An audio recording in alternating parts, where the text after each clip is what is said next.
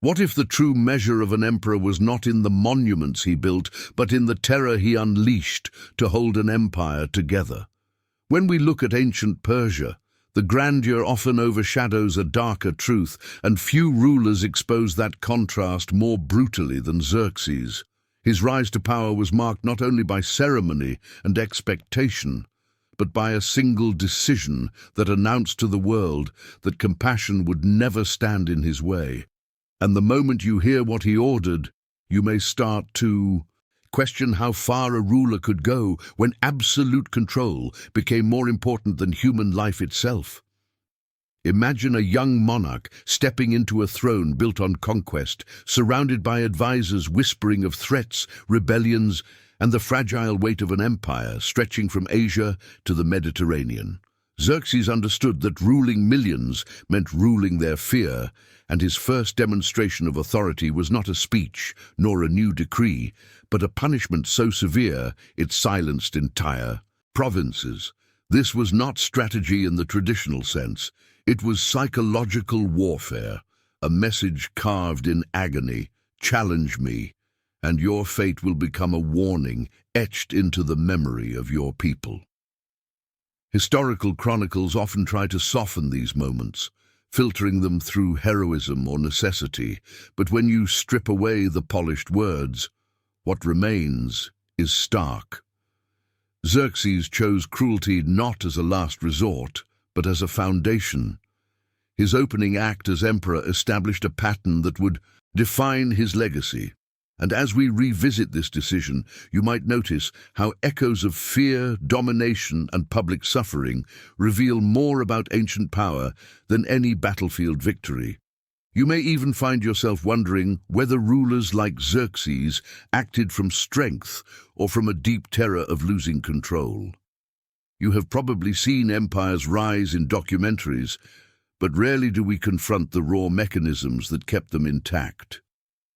This first act of brutality was not simply a punishment. It was a message designed to travel across deserts, peaks, and seas.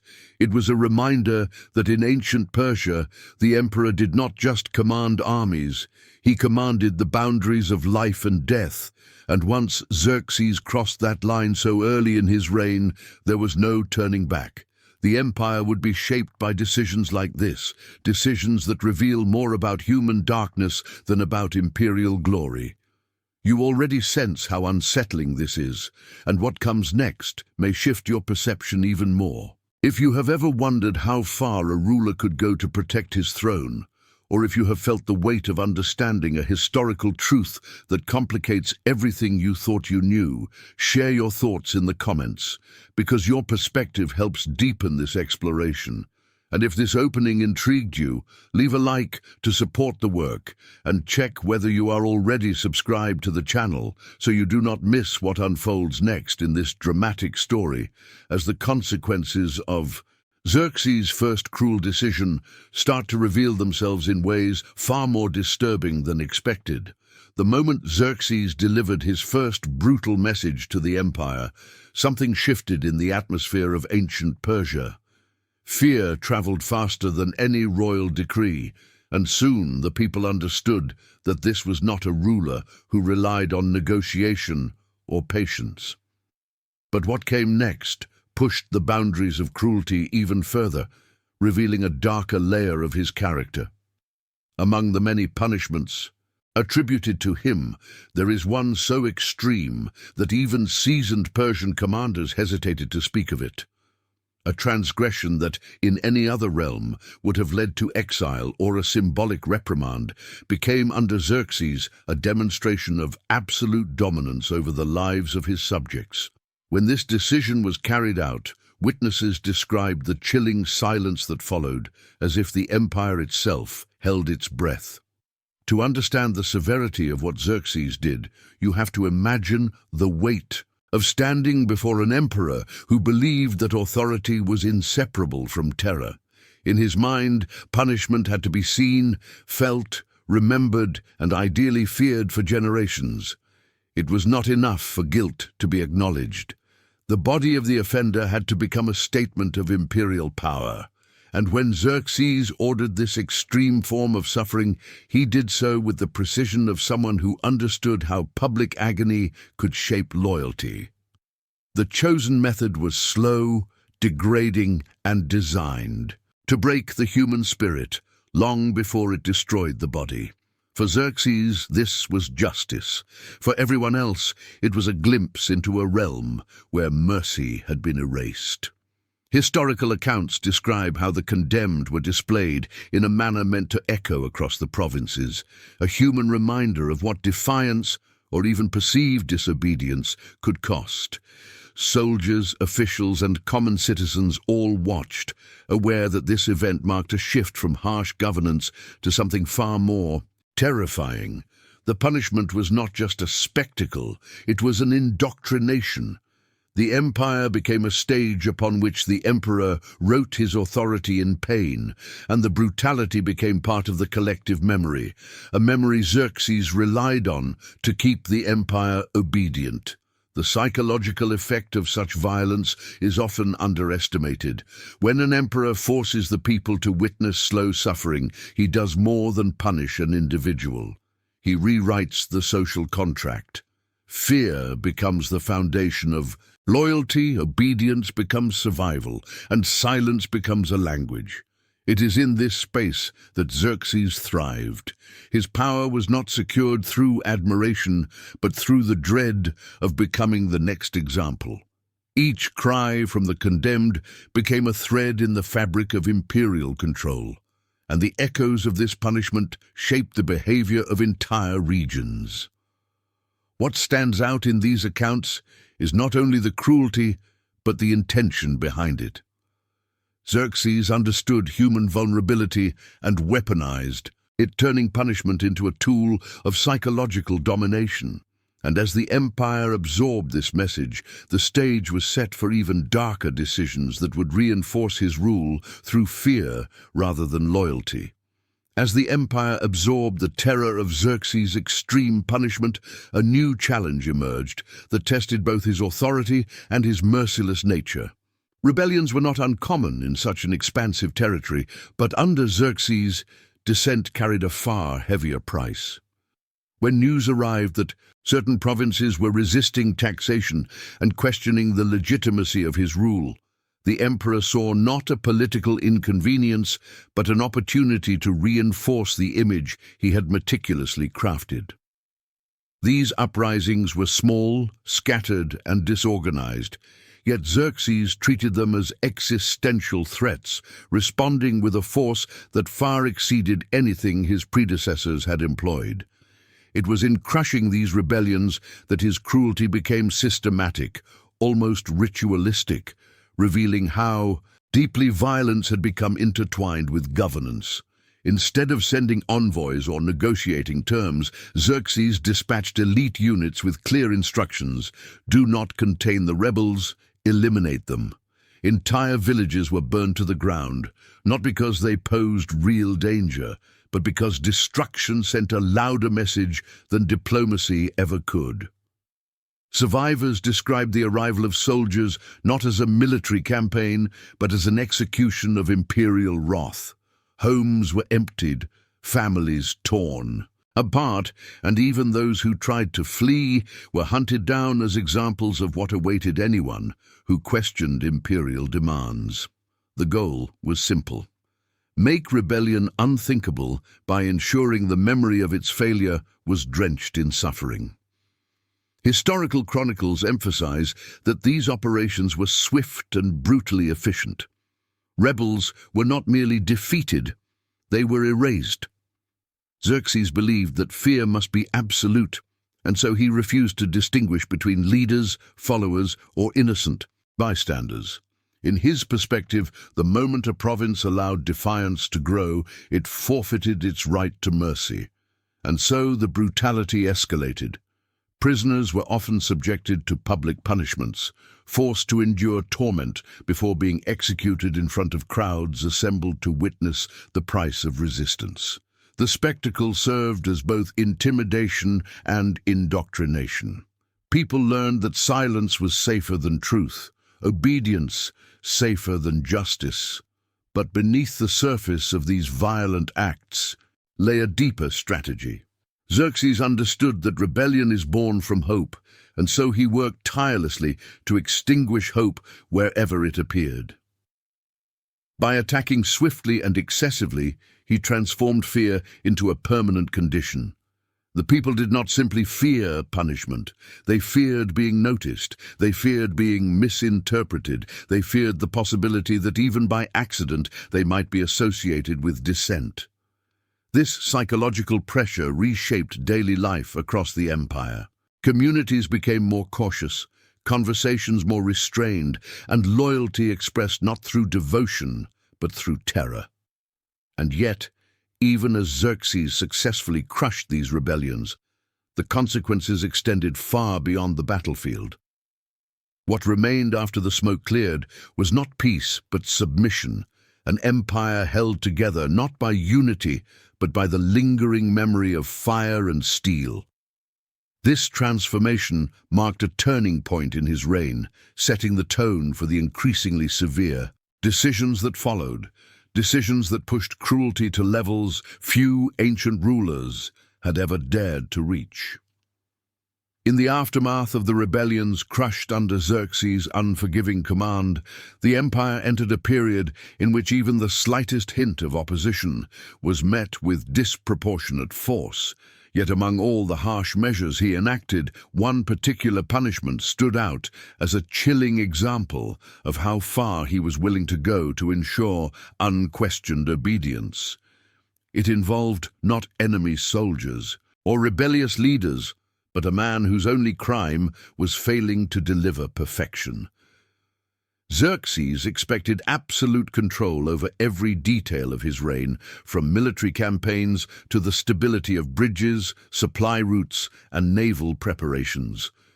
When a trusted engineer failed to meet the emperor's expectations, the consequence became one of the most infamous acts of cruelty associated with Xerxes' name. The incident began innocently enough.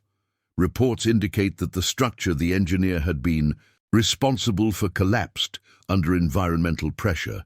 In many courts, such a failure would have led to reprimand or dismissal. But for Xerxes, the mistake represented something far more offensive.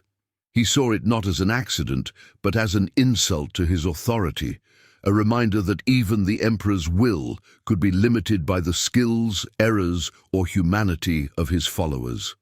And once Xerxes interpreted the event through the lens of defiance, no explanation or apology could soften what he planned.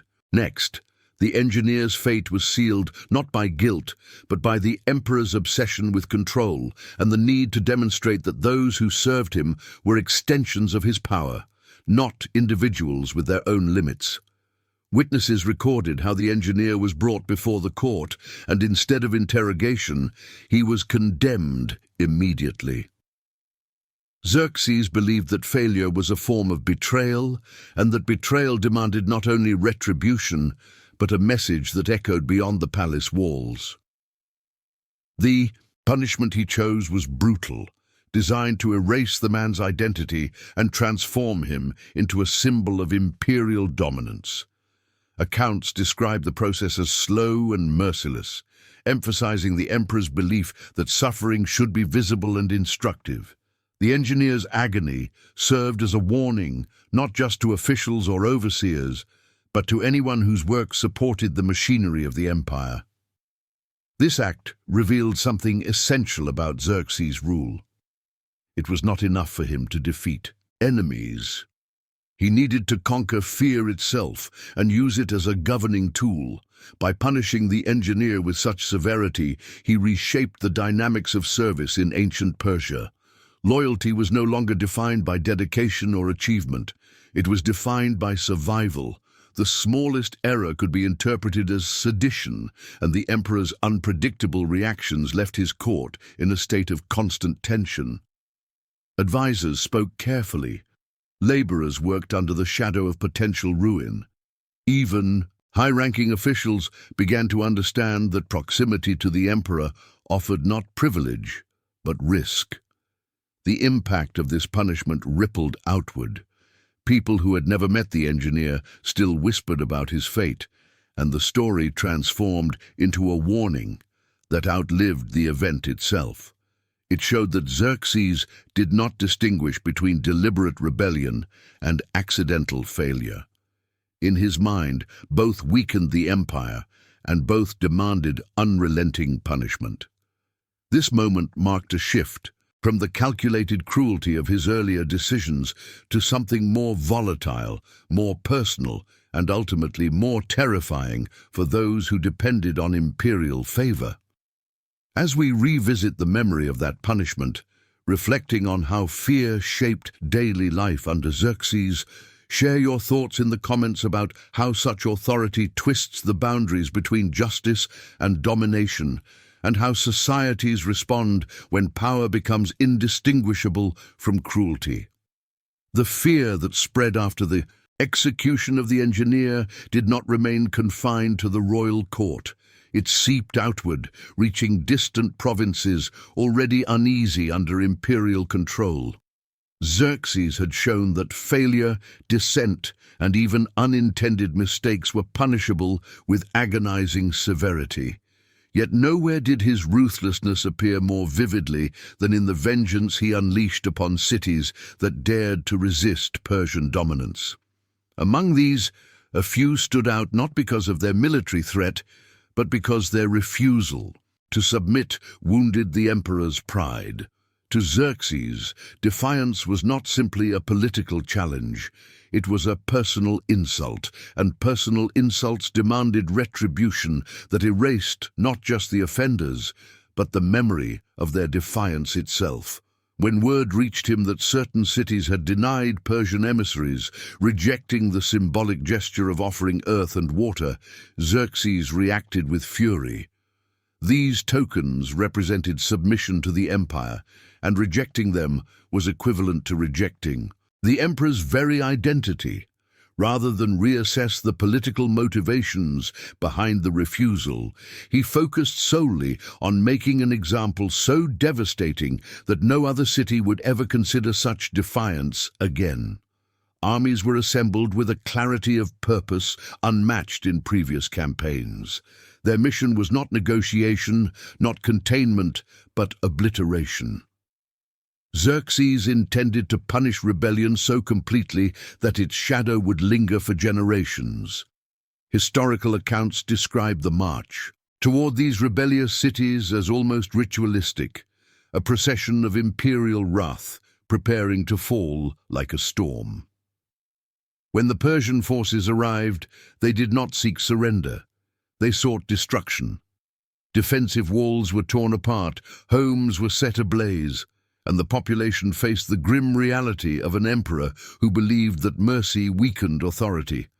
Survivors later recounted how Persian soldiers carried out their orders without hesitation, driven not by hatred, but by the knowledge that failure to execute Xerxes' commands precisely could lead them to the same fate as the engineer, whose death had terrified the entire empire. The vengeance did not end with the capture of the cities. Xerxes commanded that certain leaders be subjected to brutal public punishments, their suffering displayed as a symbolic offering to the empire. The destruction extended to infrastructure, granaries, and cultural centers, ensuring that resistance was punished not just in the present, but in the future as well. For Xerxes, the physical elimination of the rebelling population was only part of the solution. The psychological erasure of their identity was equally important. By reducing these cities to ruins, he transformed their defiance into a cautionary tale whispered across faraway provinces. This retaliation revealed the complexity of Xerxes' rule. He did not rely on strategic diplomacy to expand his influence. Instead, he wielded terror with a precision that made obedience the only rational choice for those under his domain.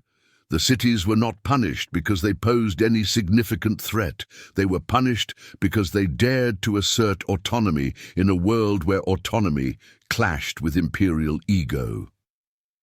Xerxes acted as though every challenge to his authority was an attempt to unravel the empire itself, and this paranoia fueled decisions that reshaped the geography, culture, and psychology of the regions he controlled. What remained after this wave of destruction was silence. Not peace, not stability, but a hollow silence that settled over scorched earth and broken stone. The message had been delivered.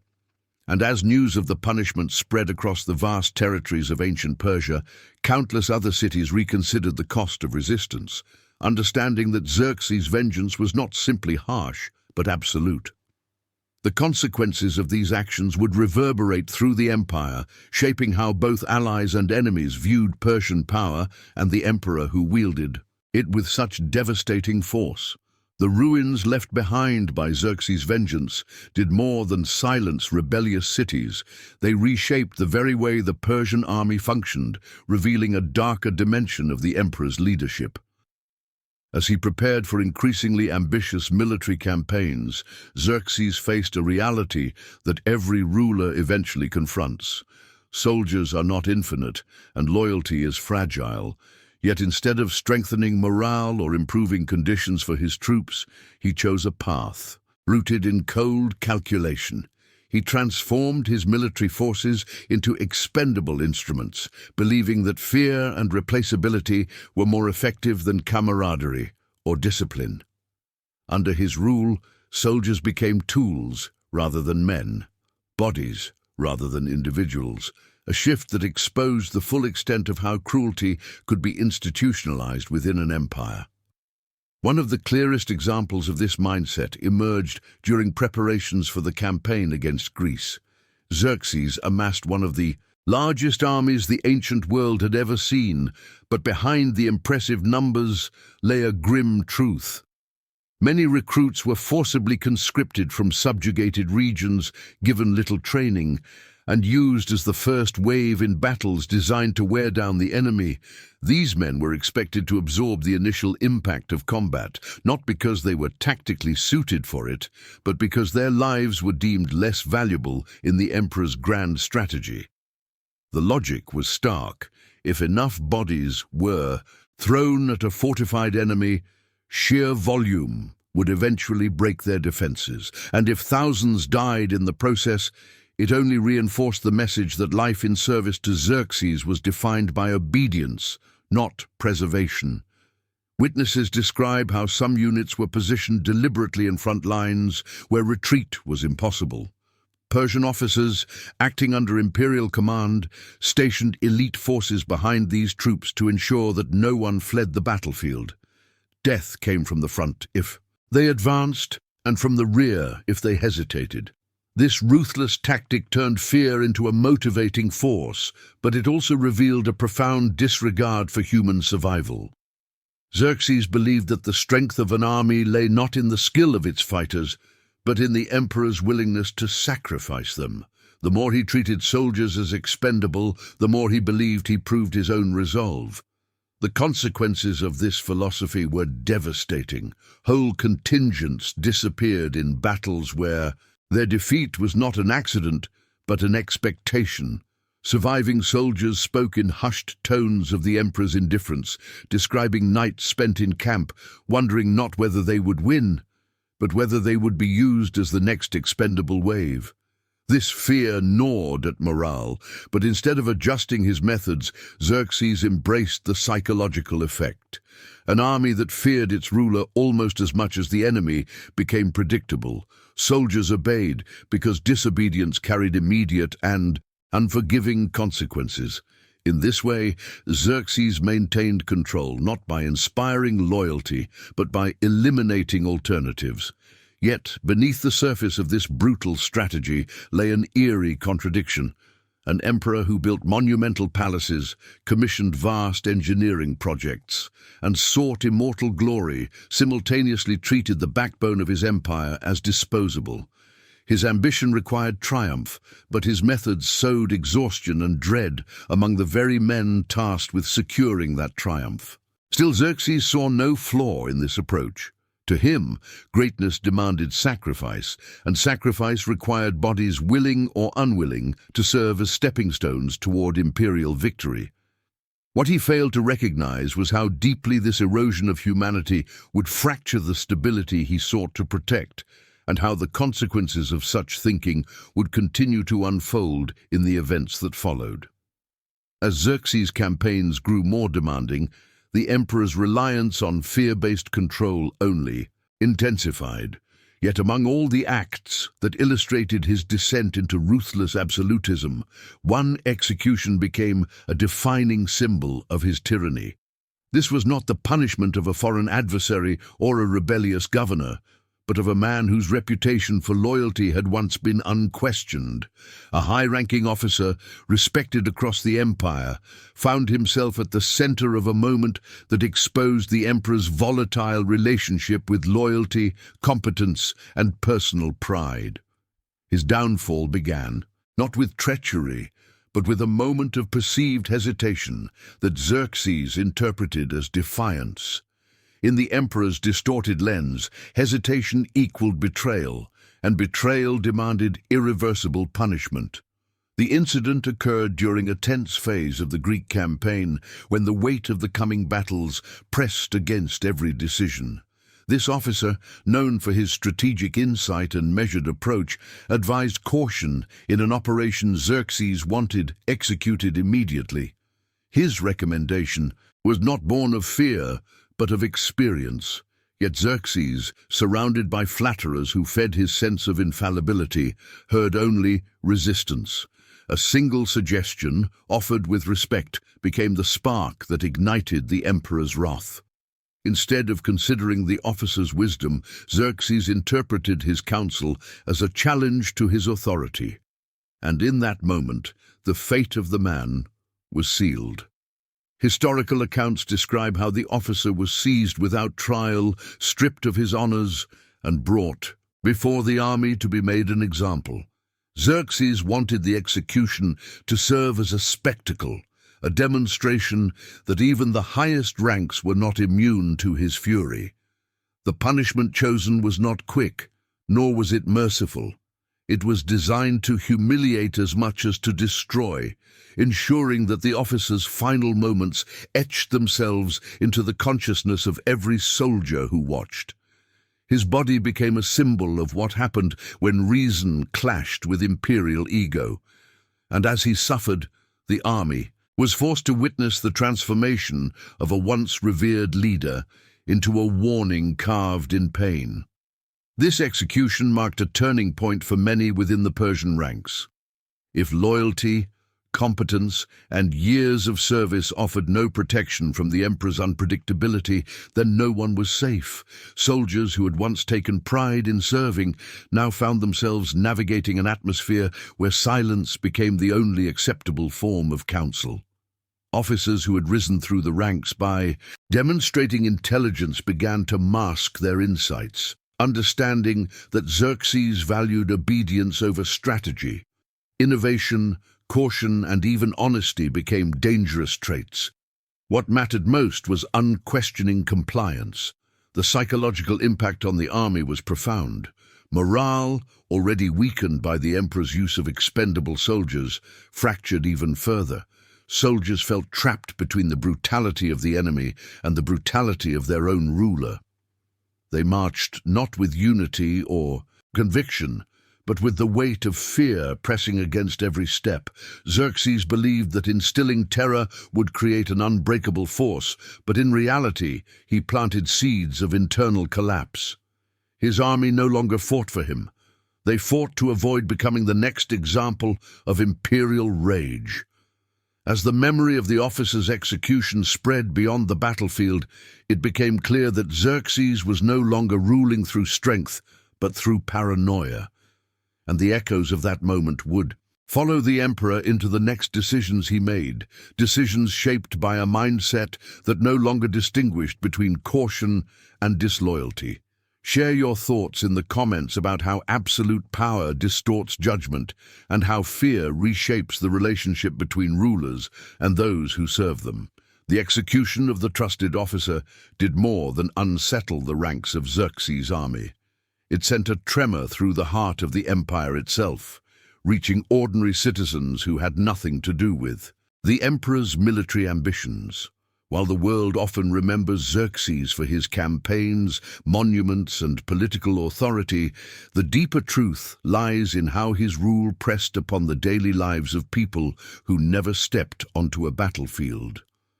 Under his reign, violence was not always loud or spectacular.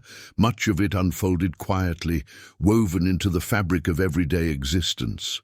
It was a subtle but relentless force that shaped how families behaved, how officials administered justice, and how the empire sustained its enormous machinery of control. In many parts of Persia, small administrative decisions became extensions of Xerxes' harshness. Local governors, terrified of appearing lenient, adopted increasingly severe policies to avoid accusations of disloyalty. Punishments for minor infractions escalated. A dispute that once required mediation now risked spiraling into brutal consequences simply because mercy had become dangerous. Anyone in a position of authority understood that failing to mirror the emperor's severity might draw suspicion. And so cruelty trickled downward, reaching villages, marketplaces, and homes. The people learned to speak softly, to avoid drawing attention, and to navigate a world where the wrong gesture could provoke scrutiny. Taxation became another instrument of quiet violence. As Xerxes poured resources into his vast military campaigns, especially the costly war against Greece, he required enormous wealth to sustain the effort. Regions that had already suffered from rebellion, crackdowns faced heightened demands. Failure to meet quotas was interpreted as resistance, and resistance was unacceptable. Families parted with grain reserves meant for winter. Merchants surrendered income they needed to survive. Even those who complied found themselves living under the shadow of constant fear, unsure when new requirements might strip them of what little remained. Financial strain blended with psychological pressure, creating an atmosphere where hope became a scarce commodity. The emperor's massive building projects, while symbols of imperial grandeur, also demanded labor on a scale that disrupted entire communities.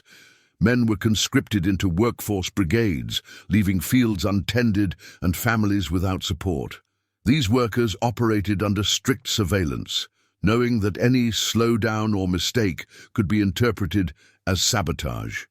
Stories circulated of laborers punished not for rebellion, but simply for being too exhausted to continue. Such tales spread rapidly, carried by travelers and traders, reminding the empire that even those far from the court could feel the weight of Xerxes' expectations. Fear reshaped personal relationships as well. People began to guard their conversations, unsure who might report careless remarks to authorities, eager to prove their loyalty to the emperor. A neighbor's misfortune became a cautionary tale, a reminder that safety depended not on innocence, but on invisibility. Cultural life shifted too. Public gatherings grew more restrained, artistic expression became cautious, and intellectual debate receded into private whispers. When a ruler governs through fear, he does more than control laws or armies. He governs imagination. Under Xerxes, the boundaries of what people dared to think tightened in ways that no decree could fully capture. This quiet violence is often overlooked because it leaves no grand monuments, no single dramatic event to mark its presence. Yet its impact was profound.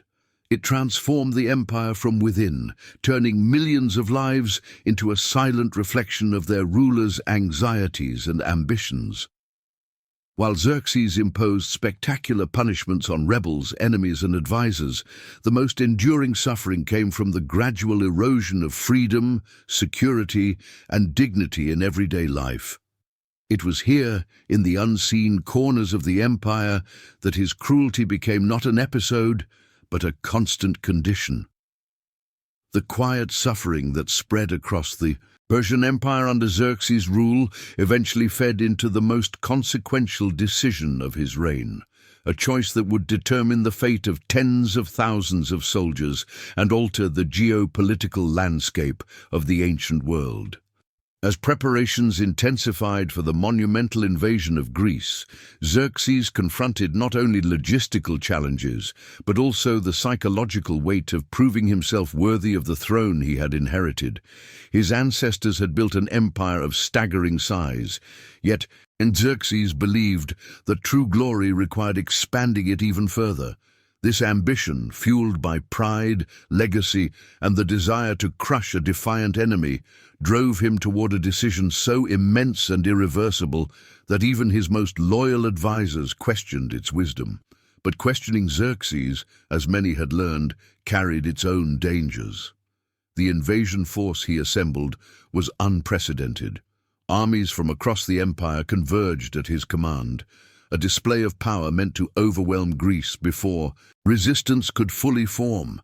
Yet beneath the grandeur of numbers lay internal fractures created by Xerxes' own leadership. Many soldiers, especially those conscripted from distant provinces, marched under coercion rather than conviction. They understood that retreat was punishable, hesitation suspicious, and survival uncertain. Yet they were forced forward by the emperor's hunger for dominance, a hunger that eclipsed any strategic restraint. Xerxes chose to push onward despite warnings about the terrain, the supply lines, and the resilience of the Greek city-states. To him, doubt was weakness, and weakness had no place in an empire forged through fear. The crossing into Greece marked a symbolic moment. It was not simply a military maneuver, but a declaration that Xerxes would stop at nothing to subdue those who had defied Persia in the past. But as the campaign advanced, the realities of war clashed with the emperor's expectations. The sheer size of the invading force strained resources. Harsh weather battered equipment and exhausted troops. Local populations resisted more fiercely than anticipated. Yet Xerxes refused to reconsider his approach. Each challenge was interpreted not as a signal to adapt, but as evidence that further force was necessary.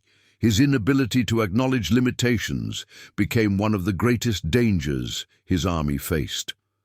As the fighting intensified, Xerxes made decisions that revealed a deep disconnect between imperial ambition and human cost. Troops were ordered into narrow passes without proper reinforcement, leading to devastating losses. Ships were deployed in dangerous waters despite sailors' warnings, resulting in catastrophic destruction. Commanders who offered alternative strategies risked the same fate as the officer executed earlier. The emperor's obsession with overwhelming the Greeks overshadowed any interest in preserving the lives of his men. For many soldiers, the fear of Xerxes became as immediate as the threat posed by the enemy. What unfolded in these battles was more than a military defeat. It was an unraveling of the emperor's illusion of invincibility. His refusal to adapt, his willingness to sacrifice entire divisions for symbolic victories, and his fixation on crushing Greece at any cost, exposed the fragility beneath his displays of power. Soldiers who once marched under compulsion now fought in despair, trapped between their ruler and an enemy determined to defend its homeland. The destiny Xerxes imposed on them had little to do with strategy and everything to do with his unyielding pursuit of legacy.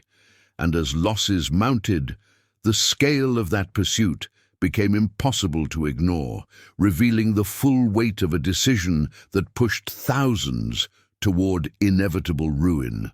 The collapse of Xerxes' grand campaign revealed something deeper than a military failure. It exposed the limits of ruling through fear, a truth that echoed through the empire long after the armies retreated. When the soldiers who survived returned home, they carried with them stories not just of Greek resistance, but of the emperor's relentless demands, impossible orders, and disregard for the lives entrusted to him. These men had marched believing they were instruments of imperial destiny, only to realize they were shadows cast by one ruler's obsession with control. The defeat did not weaken Persia as a state, but it weakened the illusion that Xerxes' judgment was absolute. His authority remained unquestioned. Yet, something in the empire's spirit shifted as the cost of his decisions became impossible to ignore. What is striking is how Xerxes responded to the aftermath. Instead of reflecting on the magnitude of the losses or adjusting his governance, he retreated further into the insulated world created by his own expectations. Within the palace, he surrounded himself with loyalists who repeated what he wanted to hear, even as the empire grappled with the consequences of his ambition. The same patterns that had shaped his earlier decisions resurfaced: suspicion toward advisors, harsh punishment for perceived disobedience, and an unyielding belief that strength came from eliminating vulnerability. The emperor, who had once commanded one of the largest armies in ancient history, now seemed more concerned with preserving the image of invincibility than with understanding the human cost of preserving it. Across the empire, the ripple of this defeat produced a quieter but equally significant transformation. Provincial leaders who had long feared the emperor's wrath began to interpret his decisions differently. They saw not just cruelty, but fragility. They recognized that a ruler who relied so heavily on domination could be undone by the simplest miscalculation. And although they continued to follow his commands, they did so with a new awareness of the dangers of blind obedience. For the common people, stories of Xerxes' failures blended with memories of his earlier brutalities, creating a portrait of a ruler whose desire for greatness overshadowed the well-being of those he governed. Yet even in this, Xerxes maintained a kind of dark legacy. His reign demonstrated how power, when wielded without restraint, shapes not only the fate of nations, but the internal landscape of the people who live under it. His decisions carved fear into the identity of the empire, influencing how families raised their children, how soldiers viewed their duty, and how officials interpreted justice. In many ways, the repercussions of his rule extended far beyond his lifetime, forming a cautionary shadow over the rulers who followed.